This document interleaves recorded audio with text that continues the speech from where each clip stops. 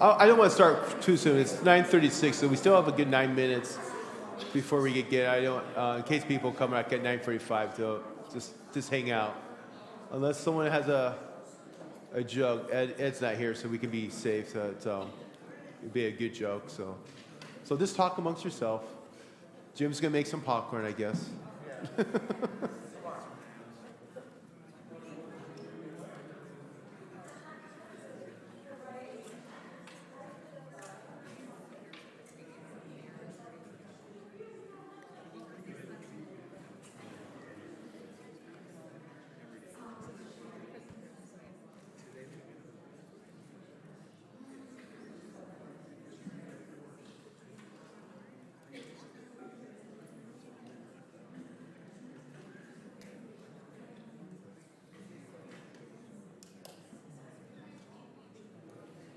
We should do a quick voters meeting on something. What could we vote on? Oh wait, is there one today? Yes. Don't forget about the voters. I forgot to announce that. There's a voters meeting today after the late service, but man, we could just do this right here, right now. Where's Angela?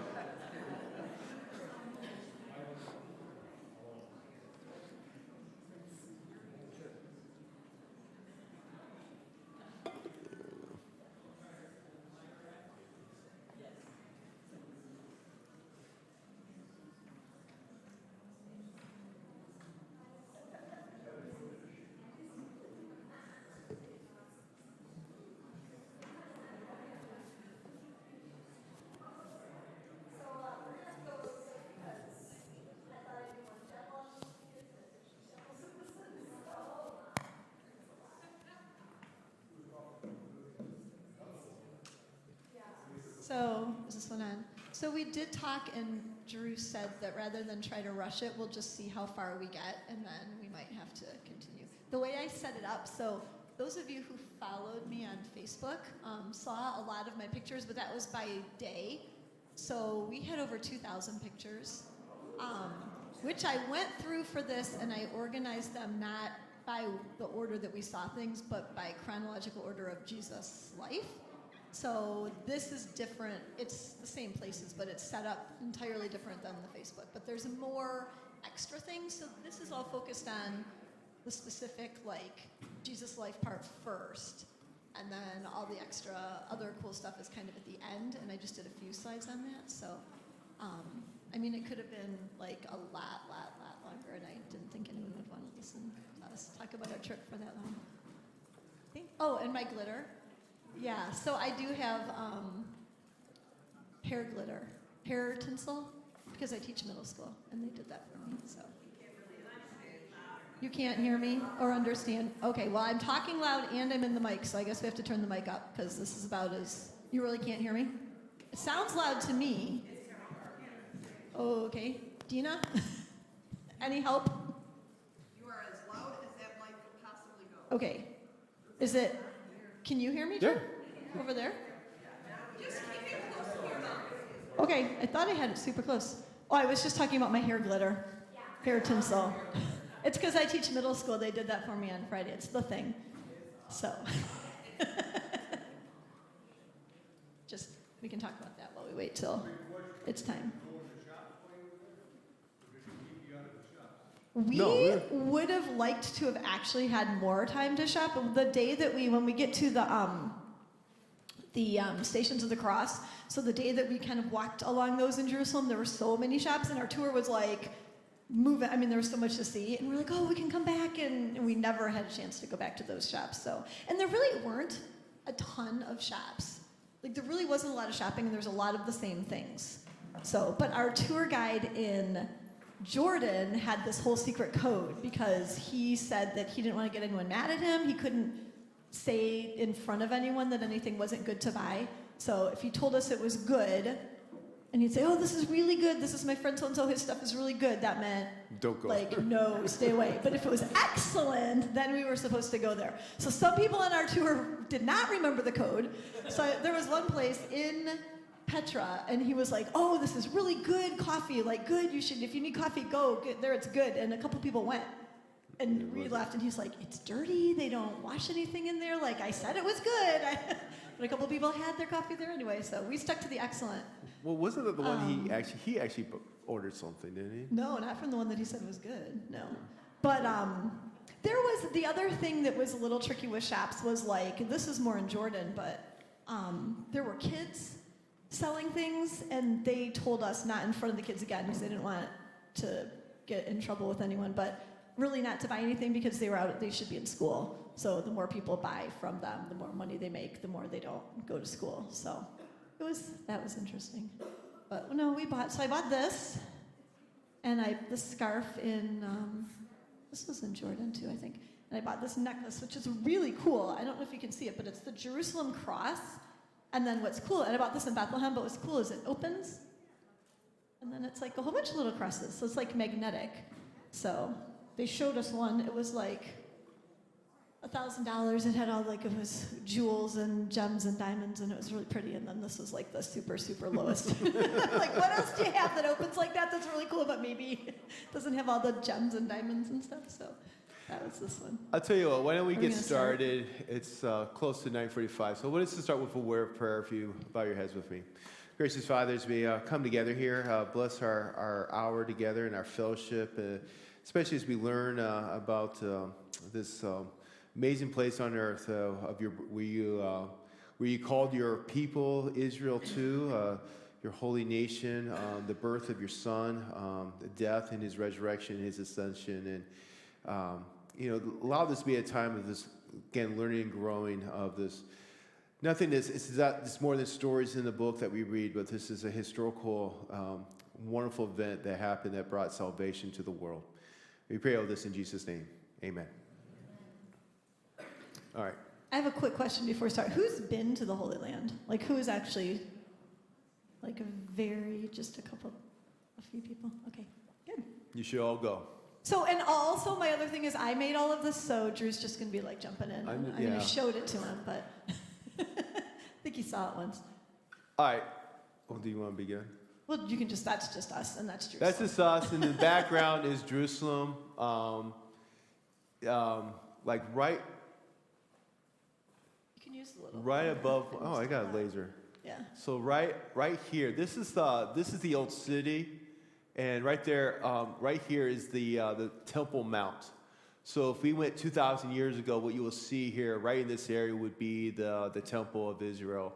Right here is one of the most holy mosques in the world is the Dome of the Rock, that is built on the Temple of the Mount, and that is why the Israels will never be able to rebuild the temple, because you got a mosque there, and if you want to start World War III, it's not going to happen.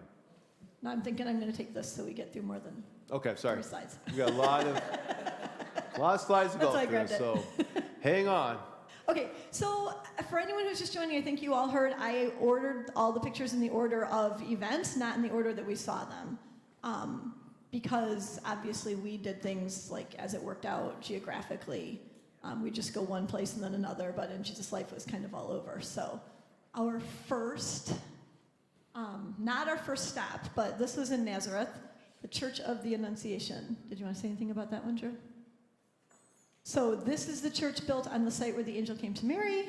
And I don't know how well you can see it. I hope you can. I love the look on Mary's face in those statues. And then that is inside the church. And the churches are all really, really fancy on the outside, and then there's little parts of them inside that are kind of, I don't know if you can see just how old.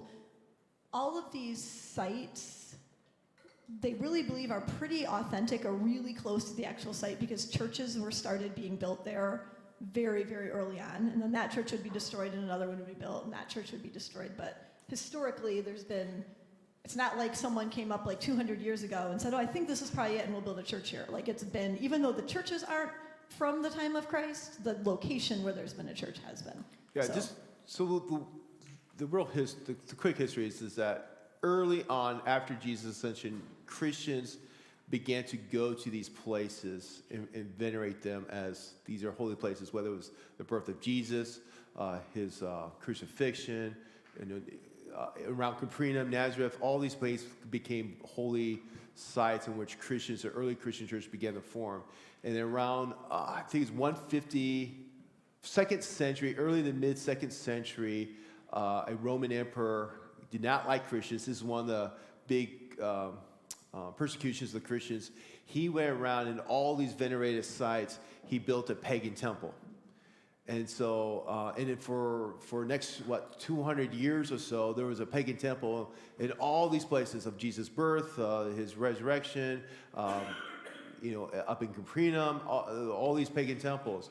And when Constantine became a Christian, his mother went around and tore all those pagan temples down and rebuilt a Byzantine church in all those sites. And so that's why, so there's been kind of a marker, if you will, for really since the early days of Christianity, a marker of where these sites are. And so they're pretty historical that this is where this happened. So, all right.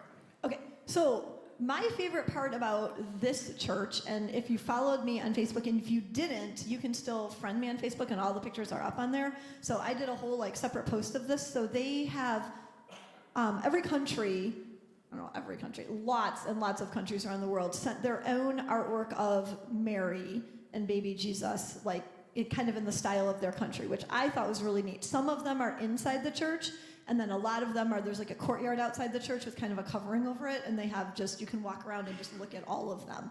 So these are, I don't know, that was in Asia, but I don't remember which country. That's Cambodia, that one is the US.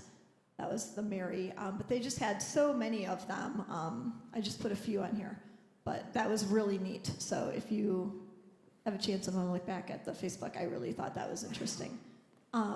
Okay, so then we went to Bethlehem. This one was one of my favorites because if you look in that picture, doesn't it almost look kind of like what you would imagine it looked like in the time of the shepherds? Because most of the places we went to didn't look anything like you would imagine. They just looked like a super, super fancy church. But this one I thought really kind of did. So that's probably where the shepherds were. Shepherd's Grotto would be their cave. That's a fountain with the sheep, which goes along with Pastor's sermon today.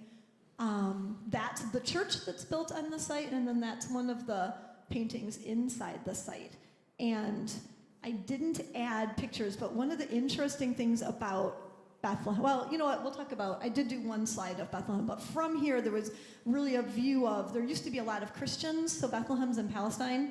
We'll talk about that in a minute. So we had to go through checkpoints to get there, and but all of the Christians in Israel would be Arab Christians. So all of the Christians are in Palestine because the Jewish part, they would be Jewish. So the Christians were Arab Christians in the Palestinian areas, and most of them have left because it's just not safe to live there. And even though they're not technically allowed to, it's Jewish people who are all moving into the area and sort of building illegal buildings. And that was an interesting thing that we saw at the Shepherd's Grotto. So then we got to the Church of the Nativity, and we were there shortly after Christmas, so they still had everything decorated, so that was really neat, and that's the church back there.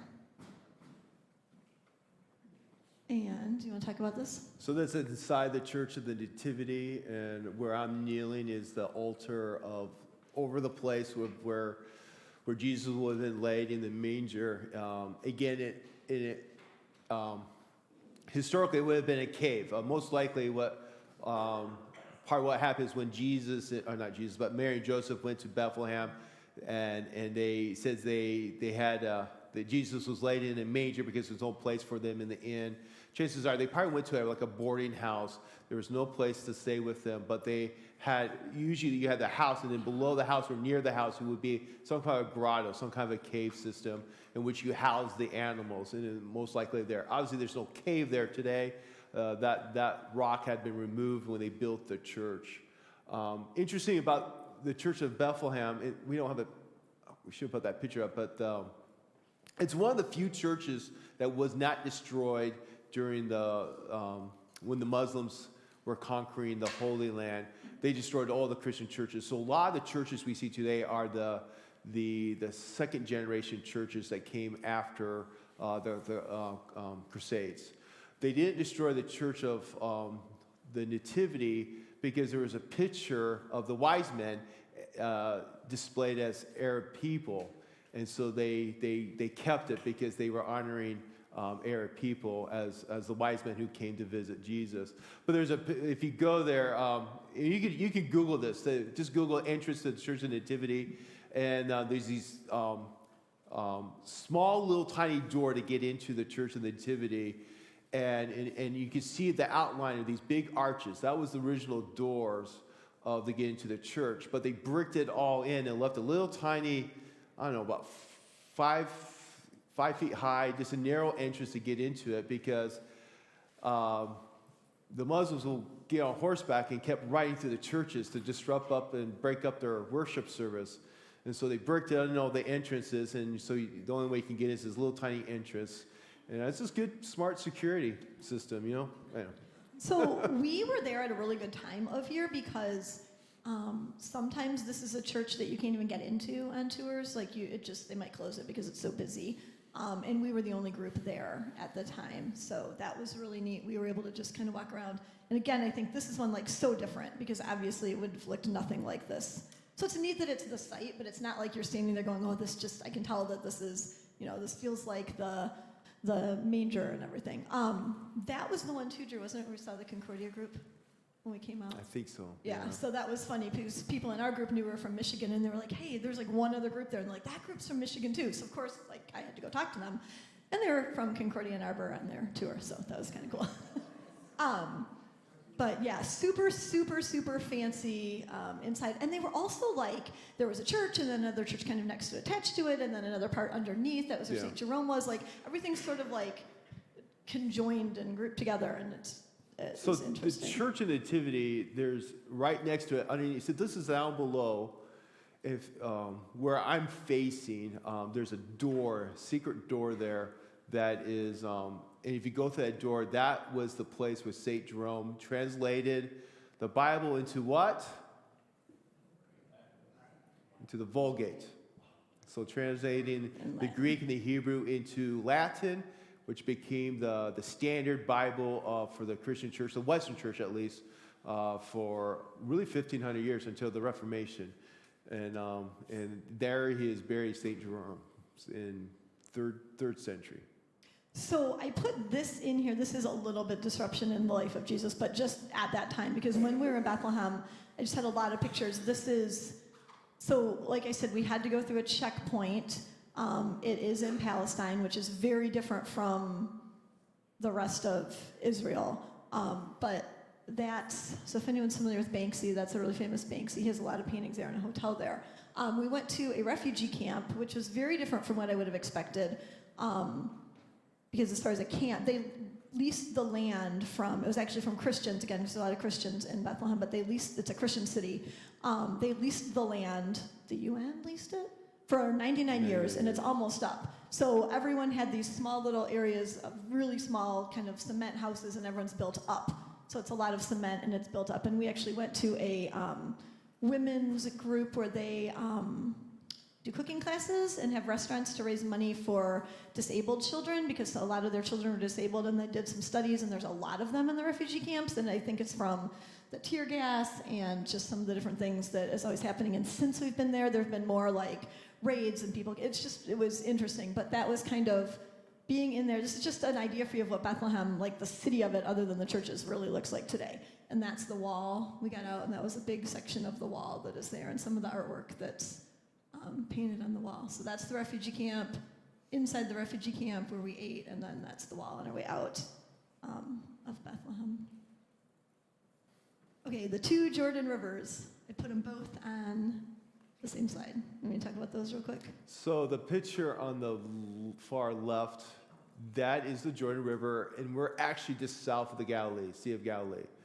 And that's kind of it's a big site where a lot of tour groups and Christian groups will go there to do baptisms or rebaptisms or commemorate their baptism in that area. So the far picture to the right, corner right, that's probably the actual place where Jesus was baptized. And we're on the Jordan side taking that picture, but as you notice, the water is a lot lower, it's dirtier, And this is further south along the Jordan River, really getting close to the Dead Sea. But this is kind of the geopolitical issues that are happening in Israel and Jordan, that Israel really, the only water source is the Sea of Galilee and the Jordan River. And so Israel diverts a lot of the water further north to use. And when it gets, by the time it gets to the Dead Sea, it's just a creek. They still do baptisms here because this is the historical People place. do baptisms in there. And They were when we were there. but not as big. It's not as big as the other place where there's busloads of people coming off. And the actual baptismal site of Jesus is actually probably he was on the east side of the Jordan, where John the Baptist was baptizing people, calling people to baptism. It's Bethany. What's the location? Bethany on the. Anyway, but that's probably really close to where Jesus is, but there's not much Jordan left. And this is also something we learned. The Dead Sea is drying up. Okay, never mind. Okay, going on. Soon, I'll just be doing this, and then we'll get through it. Just strike that last comment. But that's actually, so we were standing in Jordan, and then we took that picture, and that's Israel. So it's that close. And just, a couple weeks before, there had been, right before we were there were two girls who sort of, escaped or left Jordan into Israel. So there were armed guards with guns kind of on both sides because that was a border between the two countries right there on the Jordan River. Yes? I do have water, and someone has it. I passed it around the classroom. Do you know where it is? Oh, there's water in my mailbox. We bought. So did we scoop any? Well, we definitely didn't from there, and definitely not in front of all the armed guards. I'm pretty sure this water's from China. That's my guess. We bought it. Okay, there is a gift shop, a very nice gift shop right here at the Jordan River, and they sold Jordan River water with rocks in it, and we did buy that. There really wasn't, that one you could get down to. This one you kind of could, you didn't really want to. The little joke our group had was we were on the Jordan side, and there was no one there, and that was the baptism site of Jesus. On the Israel side, which is right there, it was actually closed. They couldn't walk down, but there were tons of people up there for baptisms, just from all over the world. And so the Jordan side really wanted to increase their tourism, and they kept talking to us, and we were saying that they wanted to say, get baptized in the Jordan River, no wait, because you could just walk right up on the Jordan side, and the Israel side was where, just harder to get into Jordan, I think. Okay, so we have Jesus' birth. We have, really quick story. Before that, sorry, I keep saying Drew's talking too long. There were so many churches, a church for everything. And so when we were in Bethlehem, we had already gone to the Church of the Annunciation. We were in Bethlehem. There was the Church in the Nativity. And then there was the Milk Grotto, which was another church we were going to. And so we had two people on our tour group who were Jewish. And so they asked Drew and I a lot of questions about, what's this or what is that? And they said, well, what's the Milk Grotto? I'm I don't know, I've never heard of the Milk Grotto. And so we were joking, and we said, maybe it's the place where Mary first breastfed Jesus. But yeah, it actually is. It's the Church of Mary, and apparently some breast milk dripped, and it turned to stone white, and now that's a holy place where people go for infertility and all this stuff, and which was a little bit I think a lot of the sites are very accurate, and then you get to that, and I'm also, I don't think she walked, clear across the city to feed the baby. It doesn't make any sense to me. But that is one of the churches, and it was an interesting thing we saw with all the churches, lots of holy, relics and kind of worshiping of the site as being holy. And so for us, it was so cool to be in the places, but not holy. Yeah. The actual locations aren't holy in the way that they were maybe to some people. But the Milk Grotto, I did not include in here, but that one was kind of funny. This was my favorite church. Did you like this one? Mm-hmm. This church was built over the home of St. Peter. And it's really interesting to go because whether your guide is Jewish or whether they are Muslim or whether they are Christian or whether they are someone through, I've been reading a lot of articles since then on National Geographic, just historically and architecturally, there are so many, they don't say, no one says, this is where they think, or this is maybe, or this is where Christians say. Everything is, this is the location. Everyone is really pretty certain about everything. And there's interesting, I read, so the ruins are down there, and they did a glass floor, which is why I loved it. It was so pretty because you could still see the actual ruins and then a pretty church, and it wasn't quite as ornate of a church. And then that's the Sea of Galilee out those windows. So it was really neat. But there's historical evidence that that was Peter's house, and there's evidence that the house was a home, and then over time it turned into more like a worship center, just from archaeological finds that they've had for it. So that was really neat. And that fits with Scripture, because the early Christian church, they met in people's homes. And in those homes eventually will become the early church, especially after Constantine, is when the Christians started to build permanent churches.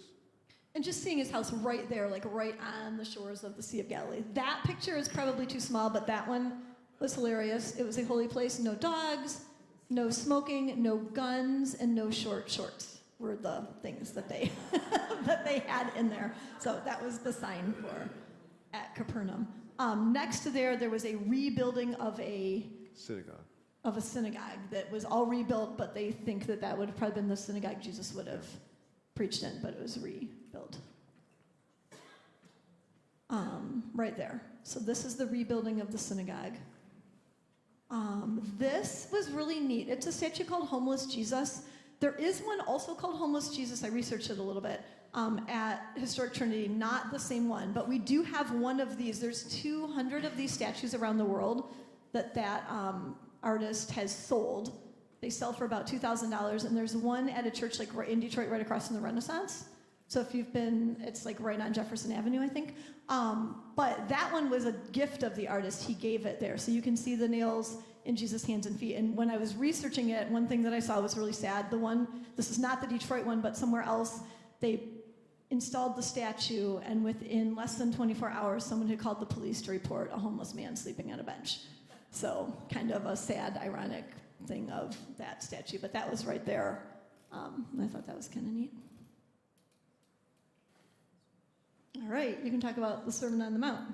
So this is the church of the Sermon on the Mount, up a hill, and on the right you can see the church, and then you can see the Sea of Galilee right there. Beautiful sight, and kind of this 360 window church. You just go in there, and you see you're on top of this hill, and you can see the scene of being on top of the Sermon on the Mount. But yeah, that's where Jesus did. Matthew 5, 6, 7, that the whole preaching of that message on the Sermon on the Mount. And there's a banana plantation right next to it? And there's a banana plantation nearby. Yep, that you can see. And lots of date palms. So the palms there are the date palms. I don't know, can I say this factoid? So the date palm, and I need to verify this with some other scholars. I never heard of this, but I find what everyone there was saying. I find it interesting. But when they said that Israel is a land flowing with milk and honey, the honey they were referring to were not bee honey, but date honey. So they take the dates, and you basically make a honey, like almost like a jam out of it. It's very sweet. But that's what they were referring to. That's more of the ancient form of honey, was the date honey, and not necessarily. And we brought some of that back too. So if anyone wants to back. try it, let me know. But I thought it was interesting. That's when Moses was talking about land of flowing with milk and honey, they're talking about all the dates that were, and there were dates everywhere, all throughout Israel. So that's one of my favorite pictures that I took. We tried to get some of the plants in just for like a perspective to see the size. Sea of Galilee, it was super calm the day that we were there, kind of misty, and I felt like you could just see Jesus, walking in the water, and not very big. I mean, you could basically see around it. Yeah. You could see the whole, we drove that around was it. Part of a good perspective, because in my mind's eye, I always think of the Sea of Galilee like in one of the Great Lakes. It's a huge lake. You can't really see the other side. I'd say it's smaller than Houghton Lake. It's not. You can see, you can see all the way, and we are on the northern shore. You can barely to see the southern tip of the Sea of Galilee. So wherever you are, and I can only imagine like 2,000 years ago, that lake full of boats, people fishing out there, and so it's not as big as I imagine. And so when the disciples left and went sailing across to, I think they went to Bethsaida from Capernaum, and they got caught in the storm, and Jesus walked on water. I mean, it's not like he had to walk a couple hours to get to the boat. I mean, But being late at night, you can't see anywhere. But it's a lot closer distance than I thought. Okay, so now we are getting to the whole Holy Week.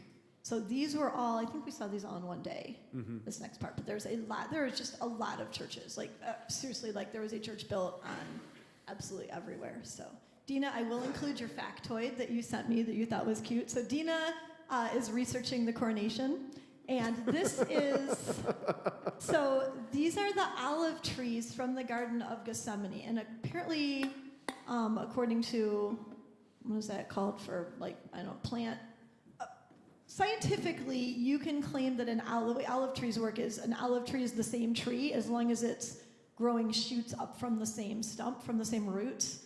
So based on that, these are technically the same trees that would have been there in the time of Jesus. So the actual trees, the big part, the top parts had probably fallen, and then new shoots would grow up from the same ones. But they made oil for the coronation from these olive trees from this garden, and then they blessed it in the Church of the Holy Sepulchre, which we'll get to. So this is called the Church of the Nations because money was given from all over the world to build this church in the Garden of Gethsemane. So this is sort of outside of the city.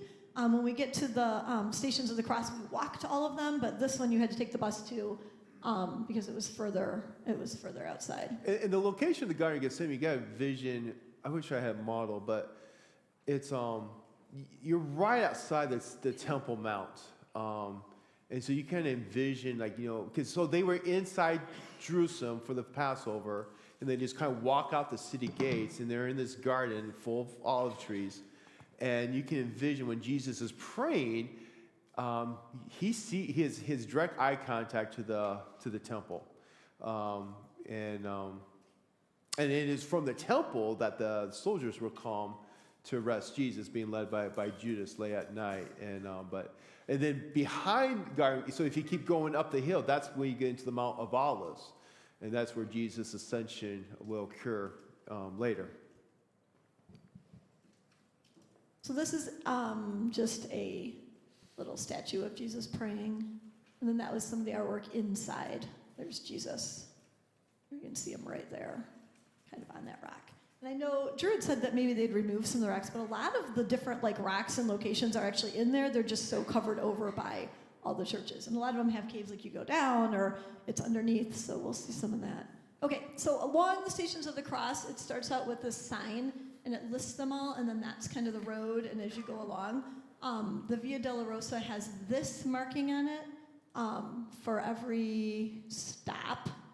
And then there's all of these kind of symbols. So as you're going along, we were with our tour guide and he pointed them all out, but you could just walk along and kind of find those.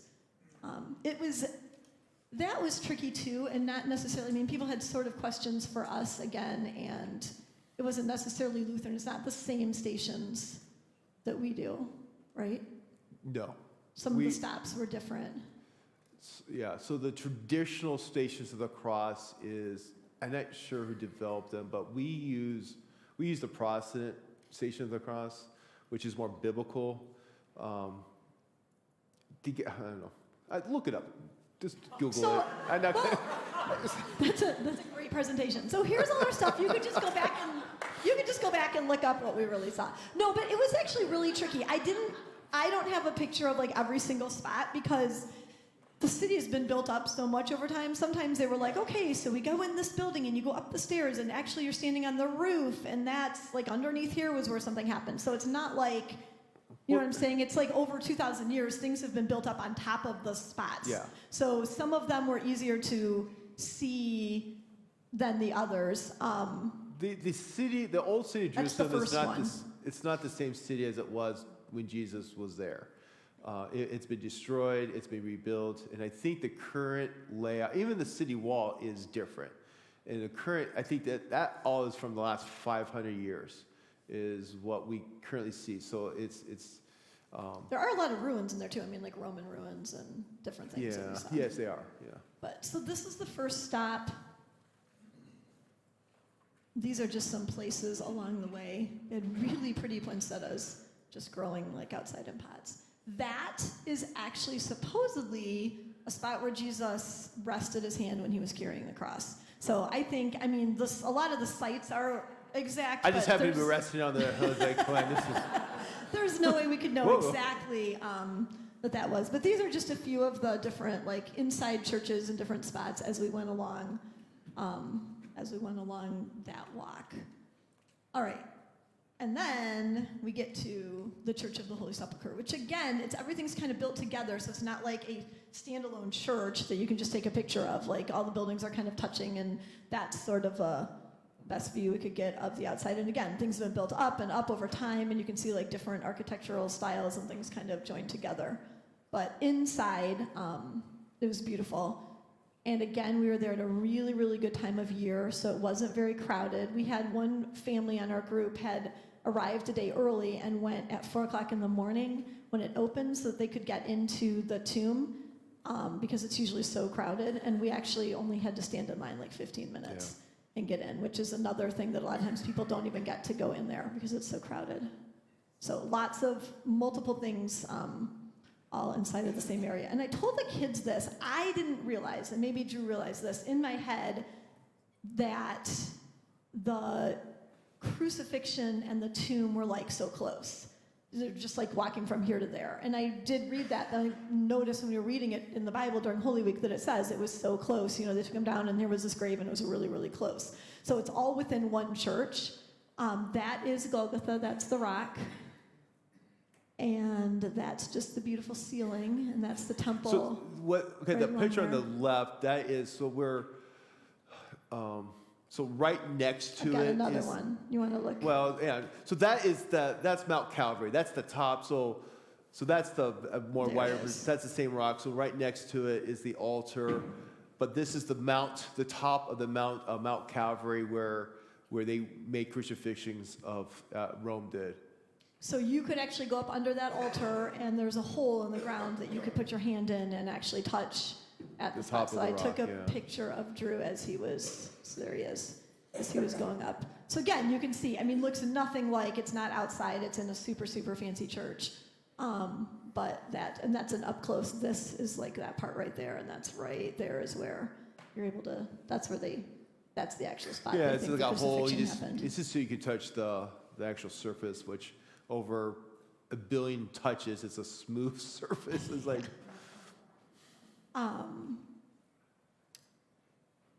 You want to talk about the So the burial so stone? the picture on the left, that slab of rock, and is what they think is the where they prepared Jesus' body. So where they laid his body down to wrap him, to anoint him with spices, that becomes the preparation of his burial. And so a lot of people there, it's a relic. So they put candles on it for blessings or objects of importance for blessings and stuff. So Yeah, that's people were praying on it and kissing or it. pray on it. it Yeah. was really- Which again, this is as Protestants, as Lutherans, relics are not. We don't need relics. We have God's word. We have His sacraments. In Middle East, especially in large parts of Catholicism, but especially in the Orthodox Church, relics are a big part of their spirituality. And as Protestants, it's like this is not our thing, So, but I mean, as a historical item, it's cool. It's like, wow, if that's an actual slab. I take it more as a relic. Most relics are not historical viable, but the location. I mean, this is, with all confidence, this is where Jesus died and rose again. Okay, so this is actually really interesting because we get National Geographic magazine, and I got an online article like probably around Holy Week, and it was actually it was an archaeologist who was writing about this church and about the burial site of Jesus. So it was very interesting to me to read what she said because she was actually able to go in. So this super fancy thing is built up around the burial tomb of Jesus, but it's actually under there. I mean, the cave and the tomb is still in there. So they were sort of restoring it and looking into it. So she actually got to go in and take apart all the stuff in the altar that's there and actually see the tomb. And it was just interesting to me, someone written, I mean, I don't know if she's a Christian or not, but it was someone writing, in National Geographic magazine saying, yes, like we really believe this would have been the site. There's absolutely evidence that it was a burial area from that time. Like, it's all still there. It's just covered up by this really fancy, you can't tell. And when you go in, you don't see it anymore. It's all altars. I wish it wasn't all altars. I would have liked to have seen, what she got to see when she took it apart. But I thought it was an interesting article, just written about what was actually back there. So this is the part where we had to line up. You kind of lined up around it. It's inside the church, and it's just like a little area, and you just, like, 2 or 3 people can go in at a time. We weren't supposed to take pictures in there, but someone from our group did and shared this one, so that's inside. It's a little photograph. So that's inside, and that actually, like, right there would have been the cave, and so it's kind of behind. So the cave is behind all of that fancy stuff in there. And then that is, you can kind of see it, that's the building inside of the church, and then that's the ceiling of the church above it, and it's open to the air. So symbolizing Jesus' ascension, not that it was there. Ascension. Oh, that was symbolizing rising from the dead? I don't know. I think they symbolized it. I know it wasn't the location of it, but that's what they said, is Okay. why they put the open thing. I thought it was just for fresh air. It's not just for fresh air. So, yes. That is all stone. Stone. Yeah. Everything's built of stone there. Everything there is stone. Stone. So the buildings are, I don't think we saw anything wood It's all the stone. whole time. Or like the more modern things are concrete and cement. Yeah. Like all the stuff in the refugee camps and everything that they built up was cement. But yeah, so this is all stone and all gilded and super fancy and and the incense things just everywhere. And it was beautiful. It was a little overwhelming. And that's why I kind of like the Shepherd's Grotto and some of the ones that, to me, gave me more of a feeling of what it would have been like at the time. All right, so this one I chose to put in this order. The Bible verse, the John 3:14 and 15, is actually what they have printed right here underneath. This is a sculpture at a site, one of the Old Testament sites that we were able to visit, and this one we actually visited when we were in Jordan. Does anyone know where we were? None of the kids guessed this in chapel. Mount Nebo? Yeah, so that one is at, have you been there? No, we just waved at it. So that's at Mount Nebo, and so that would have been the site where Moses would have stood and been able to see the Promised Land. Interesting. So it's near here where Jesus was baptized, and there's actually so just north of Mount Nebo, there's a stretch of land where not Moses, but Jesus walked down towards the Jordan, and according to Jordan law, nothing can be built there, which I find fascinating because Jordan is mostly Muslim. Well, not mostly, it's 95% Muslim, and it's a Muslim country. But they also, I guess that was Jesus. I was going to say, because Moses is also holy to them. It is, but... So that part of it was. And so there's there's no buildings at all from it's just north of Mount Nebo, all the way down to the Jordan, where Jesus walked down to be baptized. So there's a really pretty church here too, of course. I didn't put any pictures. I just did that one because I thought it was a neat tie-in with that Bible verse to Jesus.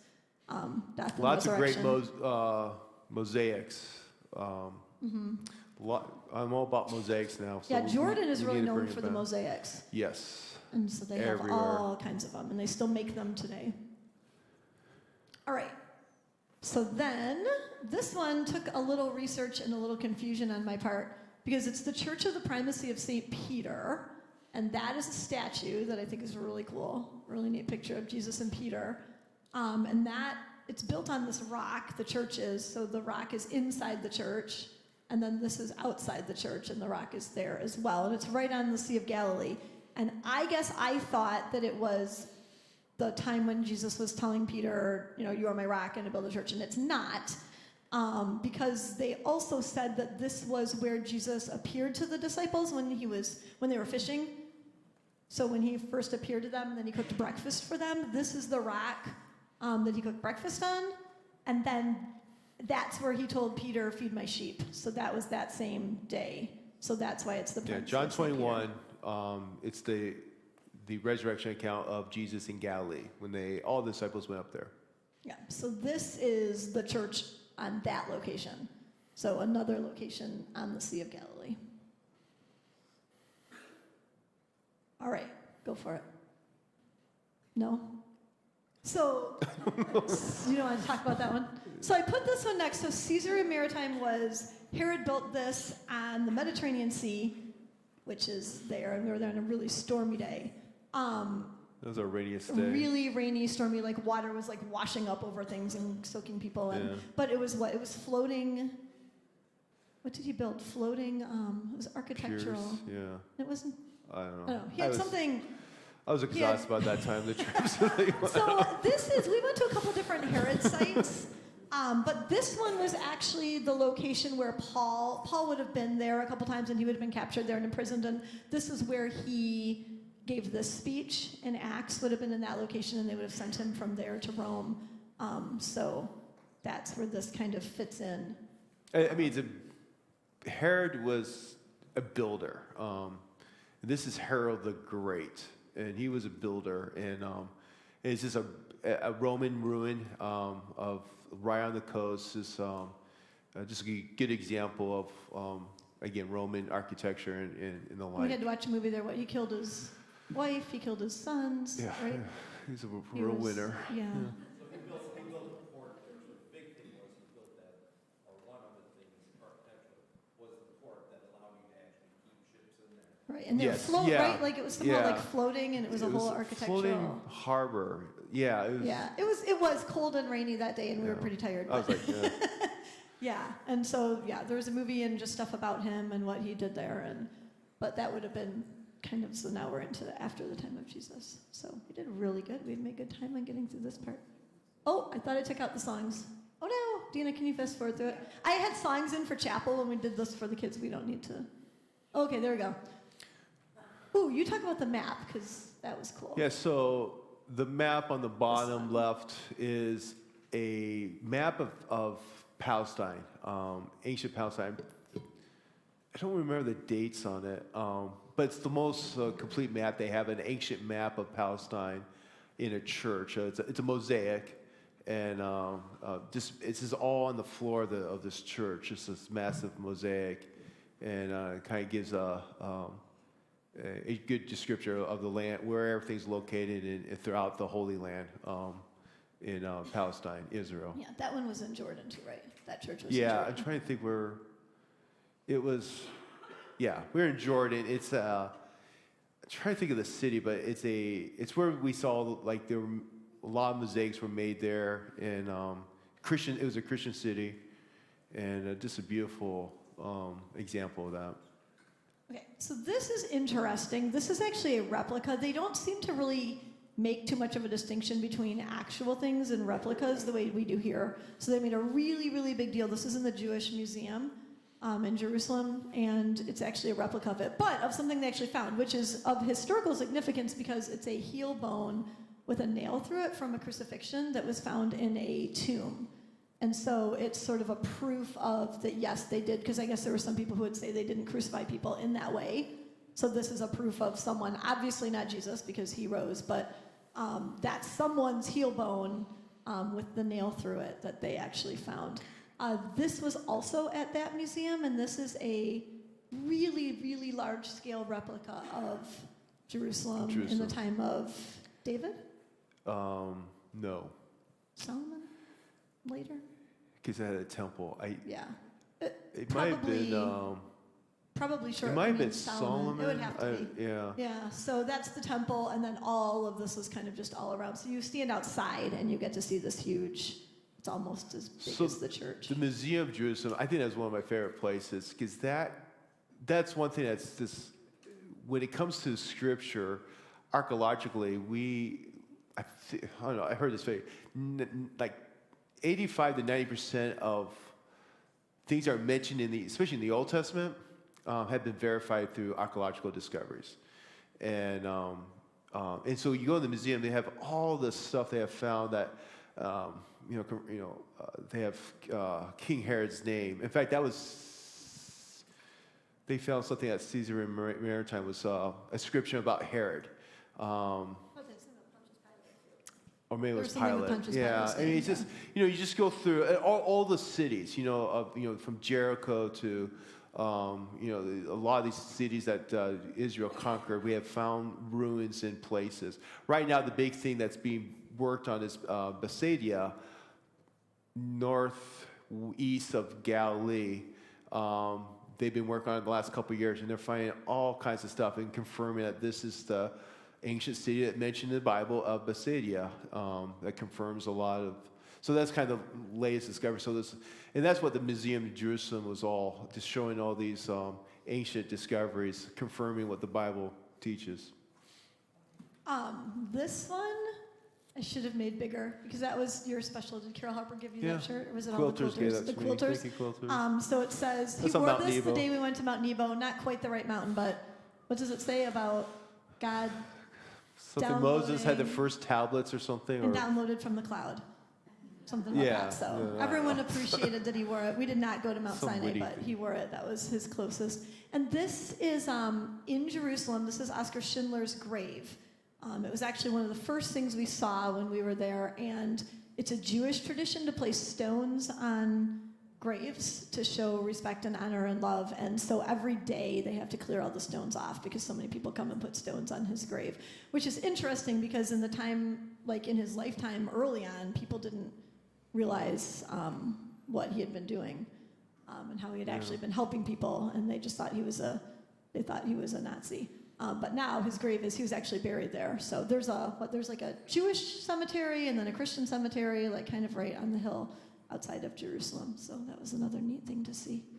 Those are just some odds and ends. All right, I'm just going in. Okay, so we had 2 fantastic tour groups. Most of the people were the same. We had 2 weeks. So our first week was in Israel, and 4 people left us. They only did the Israel week.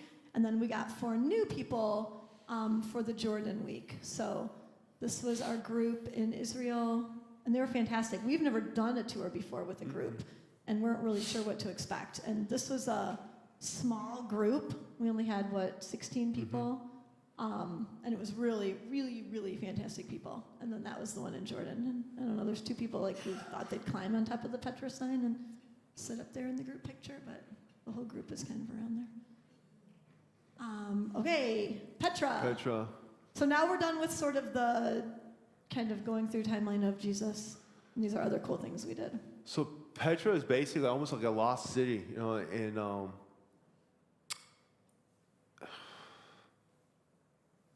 I should say lost city. I think they always knew it, but basically Petra's in the middle of nowhere in southern Jordan. But at the time, I'm trying to think I think like 5th, 6th century, around that time, it was a major, major Roman city of commerce. Where it was located, you had the silk trade, silk route coming through from the east, all going out to Europe, and it just became this commercial center of. It wasn't Roman, though, was it? It wasn't Roman, no. It was not Roman. But anyway, it was their center. So they were trading, and they were actually trying to stay away from the Romans because they didn't want for taxing. So it was sort of hidden, and it kept them safe along their trade route. Yeah. So they traded spices, which were worth like millions of dollars today. You can still buy spices kind of in that area, but it was sort of, it kept them safe. And then, but they did have to pay tribute. And then we had actually, so we got to have a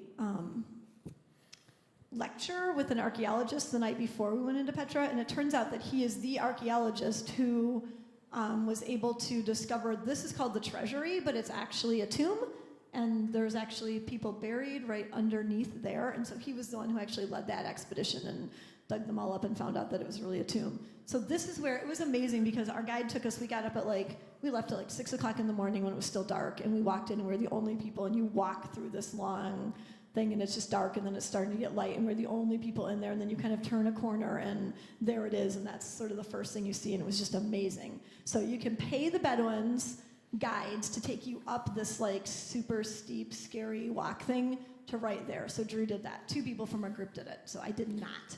It was not my thing. So he's actually, it's hard to tell, but that's kind of a famous picture you can do because he actually climbed up, and he's kind of up in the air, and then see that right down under his arm? That's probably me. standing down below. So he's like way up there and kind of perched on the edge of something and getting this picture here. Then you can just explore around, and it's huge. Yeah. It's really, really big, and there's all kinds of just ruins And there's so much of it buildings that's and still people understand. selling things in there. And so we did a big hike up to get to this other building, which looks similar, but it's a different one. You're not allowed to go in them. People used to, but now they're not really safe. There were a couple caves we could go in, but we couldn't go in those. Yeah, and those are just some pictures of things. I guess Bedouin used to live in there, and now they are no longer allowed to. But people still come in and sell things. There's little shops and stuff. So we spent about a day in there. And then by the time it got to be about noon, 1 o'clock, it was super crowded. And when we left, it was just it wasn't magical like it was. It was absolutely magical walking in. So it was worth it to do the 6 o'clock in the morning, because once it was crowded, it was still super cool, but it kind of lost some of the magic. So that was definitely a highlight. Yeah. Petra was really cool. And so I got to ride on a camel, which we hadn't expected because that wasn't anything on the itinerary, but we stayed at a Bedouin camp. So if you followed me on Facebook, you saw pictures of like the camp. So it was kind of glamping because they were permanent structures and we had heat and a bathroom in our tent. But we were out in the desert of Wadi Rum, what movies were filmed there? So Dune was filmed there. Star Wars was filmed there. The Martian. The Martian was filmed there. So if you want to do something sci-fi, you go to Wadi Rum. So that it looks like you're on the moon. And so besides the Bedouin camps, they also have these like space-looking camps where the things that people started doing after COVID outside, like those little igloo things? So you can stay in things that look like that and pretend you're on Mars. So they had those too, like little camps out in the middle of it that you could do. We did not do that. So it's funny. All I wanted was a picture of me on a camel. So, I couldn't really do a selfie of that. So I got this picture of Drew on the camel. Isn't that fantastic? And then my Bedouin guide I'm like, oh, can you take a picture of me? Like, we're all crowded and the camels are kind of tied together. So he took all these pictures of me, and every single one of them, this one I'm so happy that this camel like stepped in the shot. Every one of them was me, and like he totally cut out the camel. So he took like 8 pictures. He was probably like, I see camels every day. I don't know if she wants a picture of that. So yeah, he just took all these pictures of me. So I did not get that of me, which was what I really, really wanted. So we took a 4x4 ride around and looked at all of it. That was the night when we got there. And then we saw the sunset, which is there. And then the next morning we woke up and then that night we got to see the stars. We had a Bedouin, and they make Bedouin tea, which is absolutely delicious. It's basically like 3/4 sugar, and then just a little bit of tea. It's basically If drinking you don't sugar. have it with the sugar, it's really bad. But if you have it with the sugar, it's delicious. So they just start little fires like from brush and stuff that they find, and then cook the tea, and it was fabulous. So they told us all about the stars and how it's interesting because Bedouin are nomadic, and so now they have cities, but they kind of like them and kind of don't, and so they're kind of in this in-between. There's good things about the cities and houses and running water, but it's not really historically like what they like, and so he was telling us stories about his son going out, because they still teach him how to navigate by the stars, but no, you have your cell phones too, and he said his son told him, we caught something, and we did all this stuff, and then he found all these like candy wrappers, and so it's like, it's interesting, but that was Wadi Rum. This was also in Jordan. Okay, now you can tell them all about the Dead Sea. That's my Dead Sea slide. So that's the Dead Sea. So the Dead Sea is dying, literally.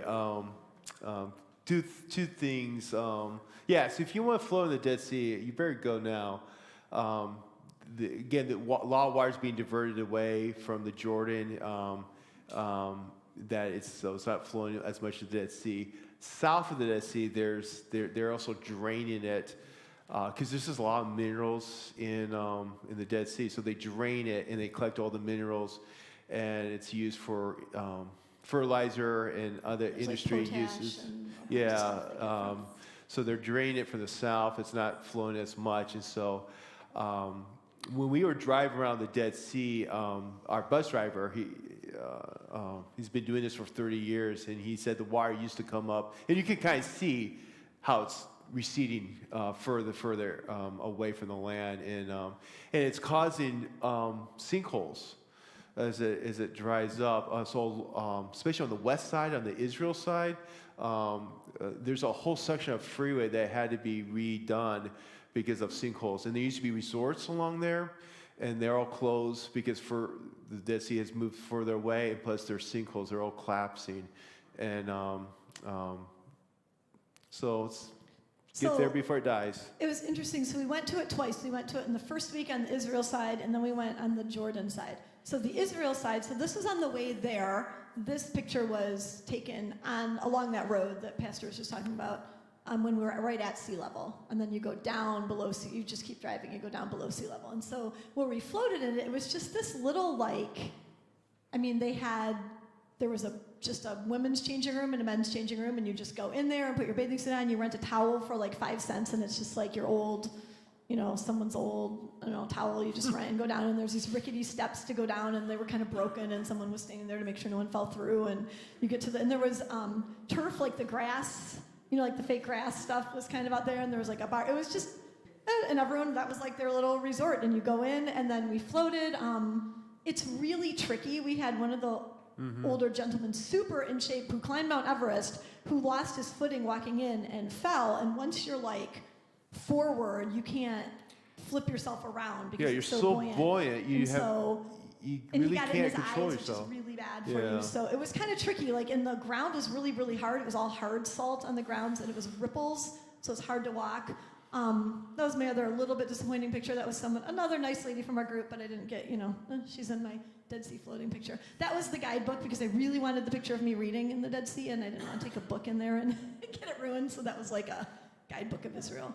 But totally floating. Like, that is just, I am just floating there, and that's us floating. It was gross, and it smelled kind of bad, and you just wanted to wash it off, so it wasn't, it was like a one-time thing, and it's cool you did it. And but then what we didn't realize was on the Jordan side, one of our days, we stayed at this resort, so that was our hotel. This was a view from like our room, and that was the Dead Sea right there. So these are pools inside the hotel, and then that's the Dead Sea, which is would have been a little bit of an easier way to get into it, but it also kind of lost the charm of our whole group, like renting towels and going down. So we did not choose to go in it again at the resort. It was like the last day of our trip, and we were pretty exhausted, and we just kind of, I think, laid around and read a book. But so we did get to see it from both sides. The resort end was really interesting because it was just super, super fancy. Someone was asking, I think it was Becky, about like accommodations, and our accommodations were incredible. So much nicer, I would say, than where we usually stay in the U.S., partly just based on like customer service. Because we've been to a couple of nice hotels since COVID, and no one takes out the trash or makes your bed or cleans your room or anything for you anymore every day. And everything was like done to the T everywhere. It wasn't like they were super fancy, but the customer service was incredible. And there was, the one place in Amman, we stayed like 3 days, and they knew us by name by the end. And they, someone came, I think it was our driver, and they just said for the Gruenhagens, and they came and found us in the lobby because they knew it was us. And they were just constantly, they'd almost like follow you around. At the breakfast, you would have, you could hardly eat without people coming up to ask if you needed more coffee or you needed anything. And we had these beautiful, huge breakfast buffets and all kinds of food. And hospitality in the Middle East is huge, and you really get a sense of that. In fact, when we were in one of the refugee camps, a man was just walking. We were on our way on the bus. A man was walking. He just bought food, and he was speaking to us in Arabic, and our tour guide says he's invited us to his home. He said he just bought dinner, and he's inviting us to his home. He wants to share his food with us. And he just said that. We said no, thank you, but he said that's just common. They're just very hospitable, and I think economically, we are a huge part of their economy, especially in Jordan, is tourism. Especially after COVID, like tourism coming back, I think it was just a big deal for people. It was just we had a taxi to take us to the airport from Jordan, and then when we got here, we had an Uber to take us home. So the taxi going to Jordan, he gets out, he shook our hands, he talked to us. He's Ian's age. He was in school for learning AI, and he was hoping to come to the U.S. Chatted with us the whole time, took our suitcases, put them in the back of the car, got out, and then we got here, and it was a guy who had, we both sat in the back. He never even said a word. We put our own suitcases in. He had, a little plexiglass thing. It was just so different, Just the difference between the young man that we had. He was a full-time student and then doing that at night just to make money, trying to get to the U.S. But that's what I'd say. Okay, our food. So the food had to get its whole slide, and that's not even all of it, because it was amazing. Food was great. And so many different things. Like we had one thing where it was cooked in pots, clay pots, and they cut the top of the pot off and eat it. There was the upside down, it's called, which was amazing. And we had a lot of different cooking classes on our tour, so that was great too. But the upside down, you put everything, you layer it and cook it and put it in this pot, and then when it's done cooking, you flip it over and take the top of the pot off. That was really cool. This was one of our cooking classes where we were chopping all those things. The bread was amazing. That was an unexpected side trip. We stopped at this little bakery. They were playing music and dancing and baking bread, and that was awesome. This was my favorite. It was pomegranate season when we were there, so they had these all over. It's pomegranates are right there, and lemons, and these big juicers. And so you order a pomegranate lemonade, and they just take the pomegranate and squeeze it, put it in the thing and squeeze it, and the lemon and squeeze it, and then give you that in a cup, and it was amazing. Throw some ginger in there, and away you go. Yeah, the one had ginger. So this was a spice market in Jerusalem. It's just really pretty. That was just the restaurant. So we stayed at a kibbutz when we were in, when we were on the Sea of Galilee. Yeah. So it was like in northern Israel, we stayed at a kibbutz. And that was not the best of the accommodations. That was a little rough, but that was where we ate our meals there. And I just put that picture in because that's the Sea of Galilee and a palm tree, like right outside where we got to sit to eat. So that was pretty amazing. That was at the refugee camp, and it was this lemon chicken soup that was like my very favorite thing in the world. And I bought their cookbook, but it's not exactly in there, the recipe, and I haven't found it yet. So if anyone has a good, Palestinian lemon chicken soup recipe, I would like it. Anything else about the food? Oh, and the one at the Bedouin camp, they cooked it underground. Oh yeah, so we saw the traditional. They did goat, and and I heard about this. They dig a big hole in the ground with charcoal, and it's contained in a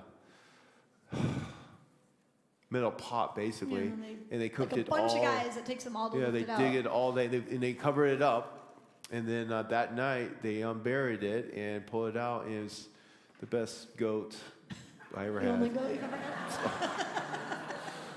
Never had goat. It was good. Good eating. It And was. look at this. We I are never almost like perfect timing because I know. think we're down to our list. Oh no, whoa. Okay, so this one can go along with Pastor's sermon today.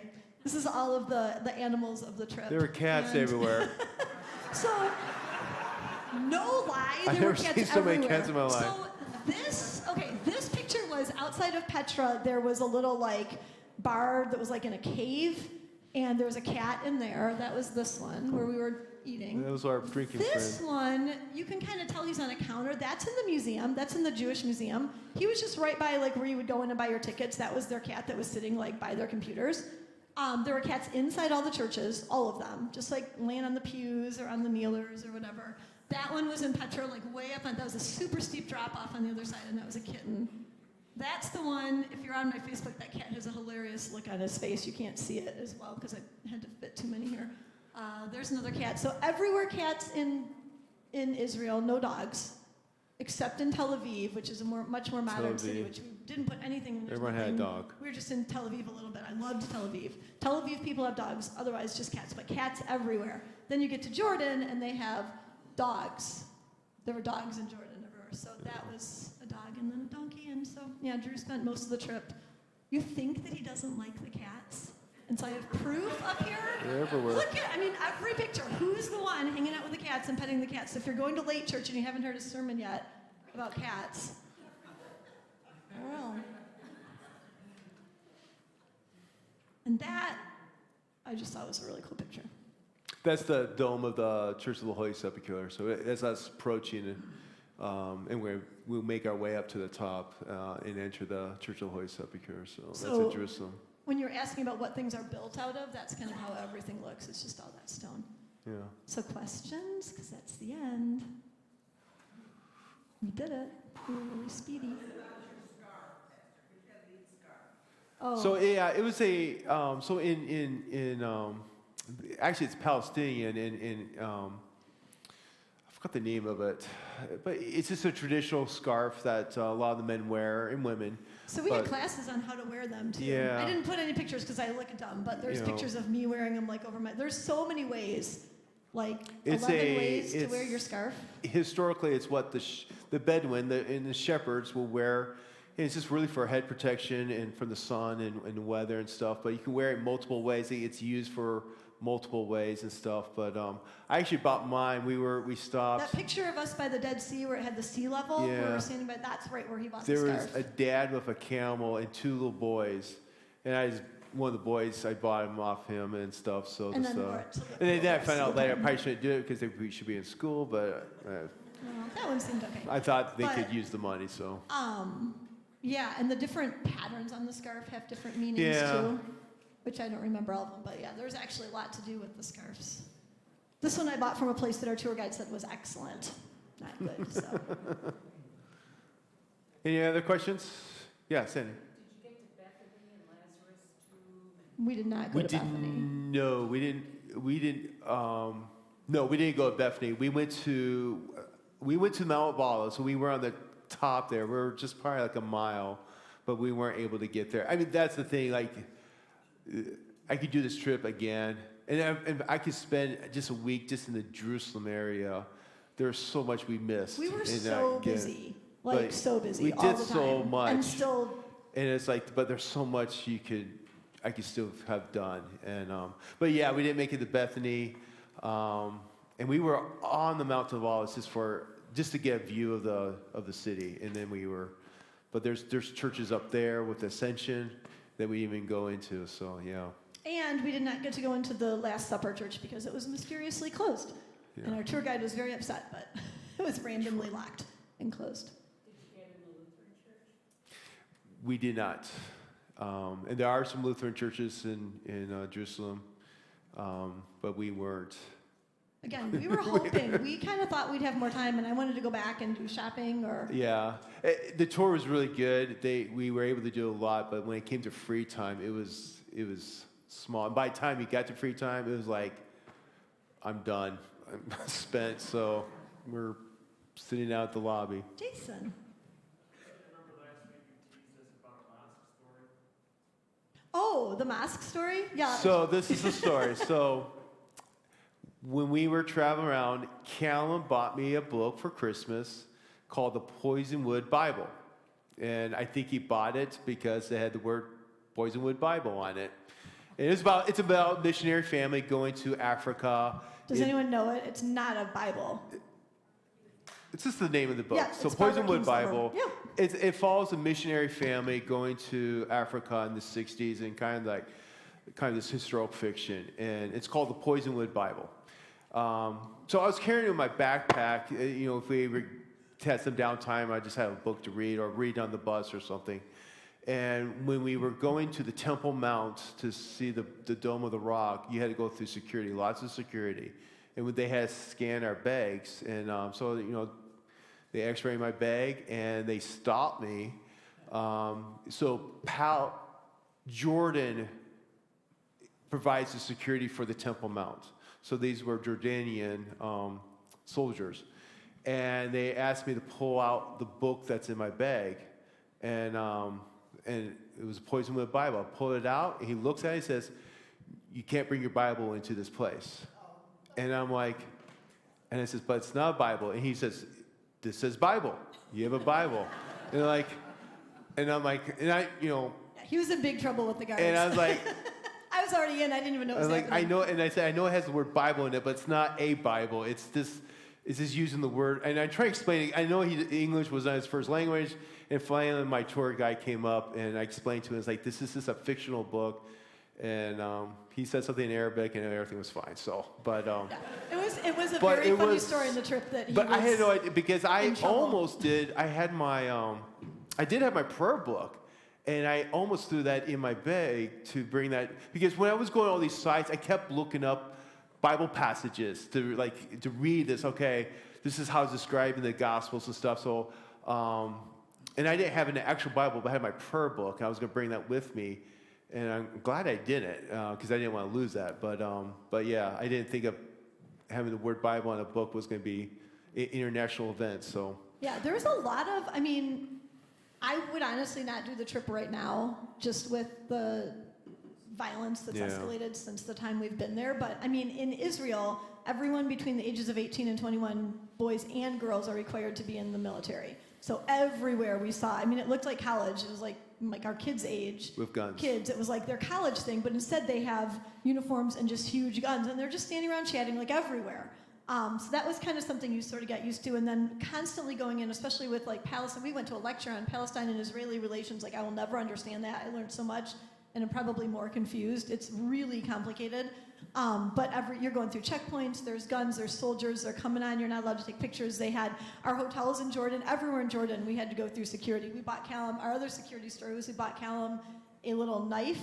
Like, we're trying to come up with a souvenir for him, and we weren't going to get into our hotel with that again. Tour guides were awesome because he's like, that's just a toy. That's like, I mean, it was a real knife, but they were not going to let us into the hotel because it was a weapon. So Yeah. just like the military presence everywhere, and some of it was a little bit. I mean, when we drove into Jordan, there were bunkers, and some of the places we were, like in the Golan Heights, we went to a winery, and since then they've shot missiles Yeah. in from there. So I mean, we Yeah. were standing where they're like, you can see Syria, you can see. It was just But really. with all of that, I always felt safe. Oh, I totally I've felt never safe, but now I'm felt- wondering if I felt safer than I mean, than I was. I don't know. there's violence and I don't want to go down that rabbit hole, but anyway, yeah, I It always was felt just, safe. It was an interesting. It was. Yeah. I felt very safe. Yeah. We walked around in Amman.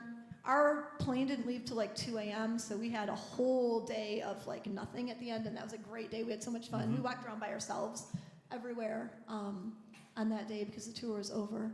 But it was just different. You know, you get used to it. But especially in Israel, like just seeing the kids, they seem so young to me to be just Yeah. standing around. But yeah, we had to go through a lot of security. Any other quick questions because we're The lights going are to on start and we're church in done. 8 minutes. Sorry, no more Thank you, questions. everyone. Appreciate it.